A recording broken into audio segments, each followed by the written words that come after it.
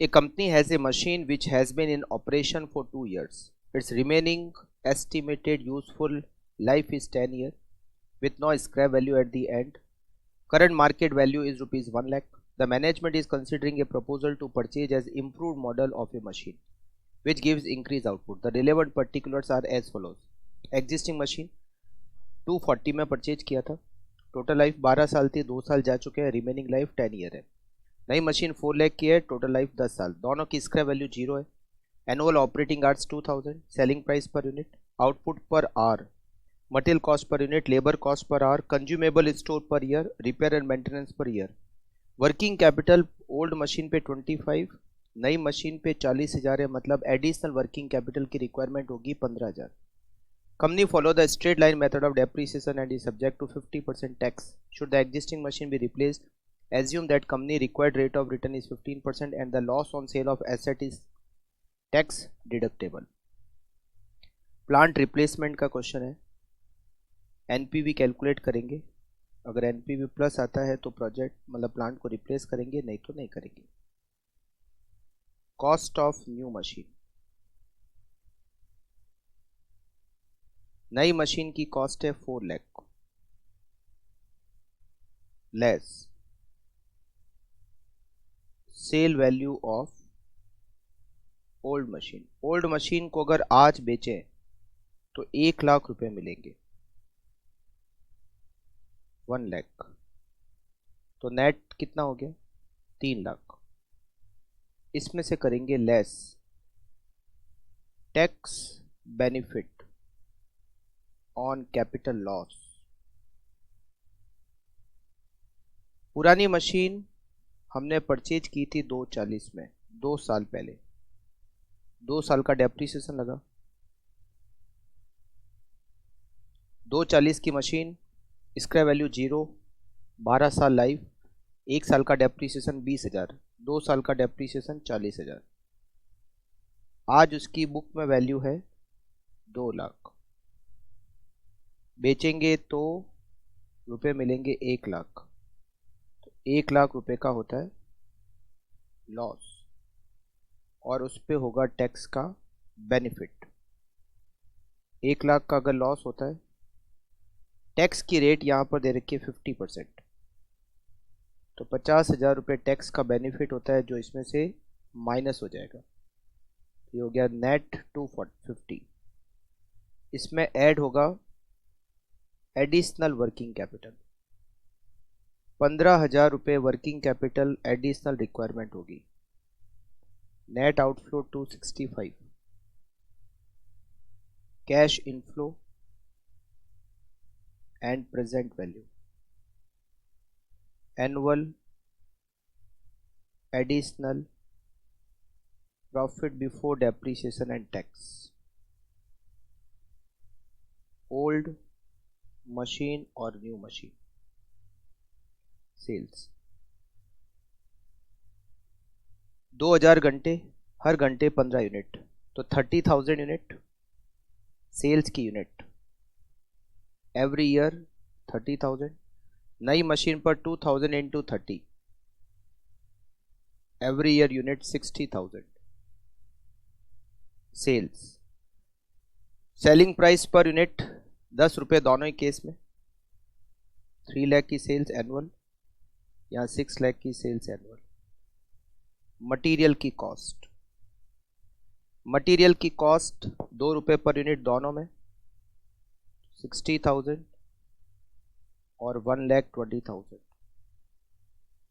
Labour की cost, labour की cost 20 rupees per hour या 40 रुपीज़ पर आवर, 2000 इंटू 20, 40,000 और 2000 इंटू 40, 80,000।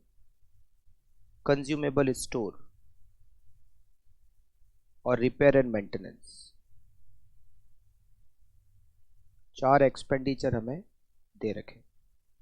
कंज्यूमेबल स्टोर 2000 और 5000,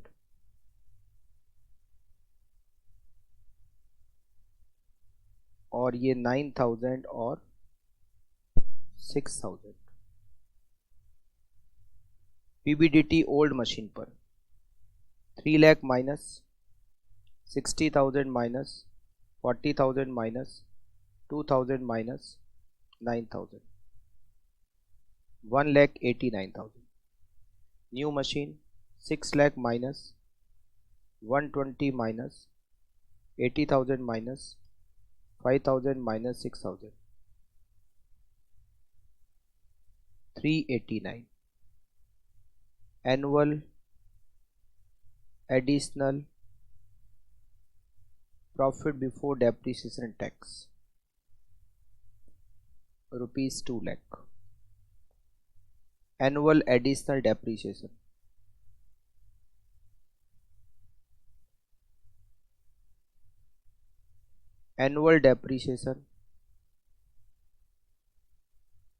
न्यू मशीन.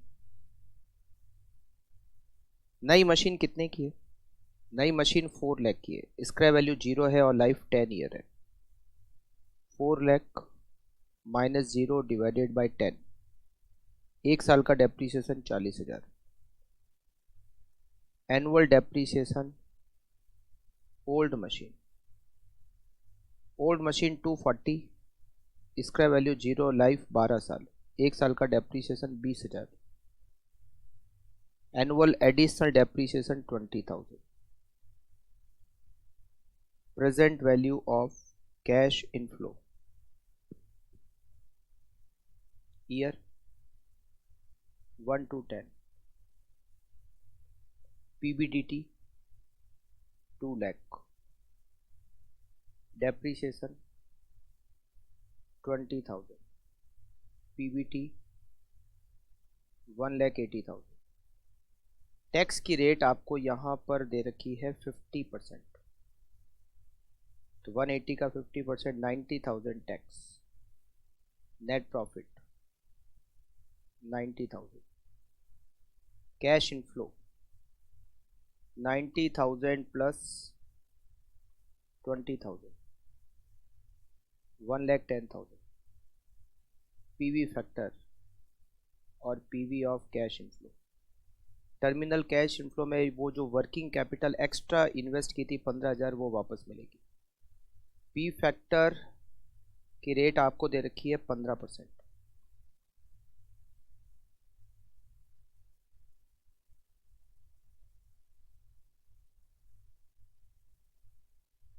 टेंथ ईयर का P factor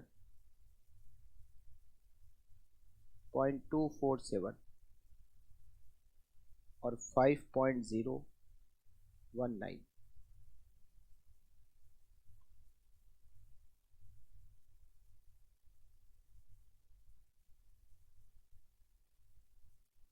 $1,10,000 into 5.019, 552,090. 15,000 into 0.247, 3,705. 555,795. NPV equals to 555,795 minus 265 equals to 2,90,795. NPV plus आ रहा है. Plant should be replaced.